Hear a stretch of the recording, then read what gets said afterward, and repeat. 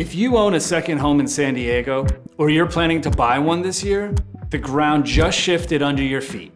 On March 11th, the City Council voted 8-1 to officially place the empty home tax on the June 2026 ballot. This isn't a maybe anymore. It's a $12,000 a year reality that is heading straight to your mailbox. I'm Dustin Backrad. I've been tracking this measure since it was first introduced back in January. And while the headlines are meant to scare you, my job is to keep you informed. Today, I'm breaking down the actual text of the ordinance, not the rumors, so you know exactly if your property is a target, and more importantly, how the smartest owners are already pivoting to stay exempt.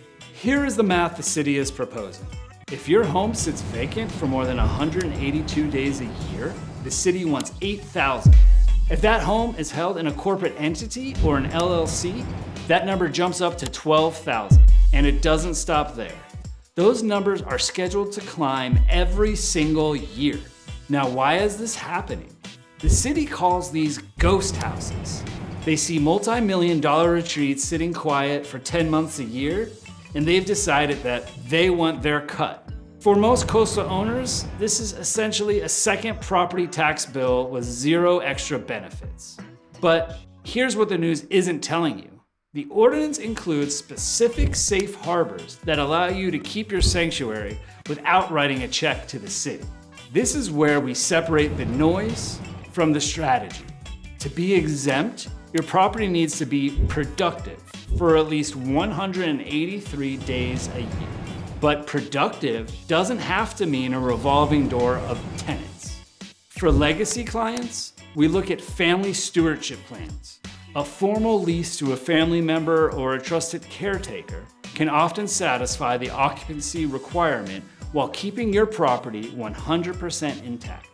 For my income-producing clients, this is where the hybrid model wins. By placing a high-level corporate tenant, think biotech executive or researcher or even international students, for 9 months, you're not just covering your mortgage, you're legally and permanently removing your home from the empty home list. You get your private summer or winter, the city gets its productivity, and you keep your $12,000. And for those who want absolute privacy in the main house, you could also look at the ADU factor. In many cases, having a full-time tenant in a detached guest house provides the occupancy data the city needs to flag the entire house as occupied.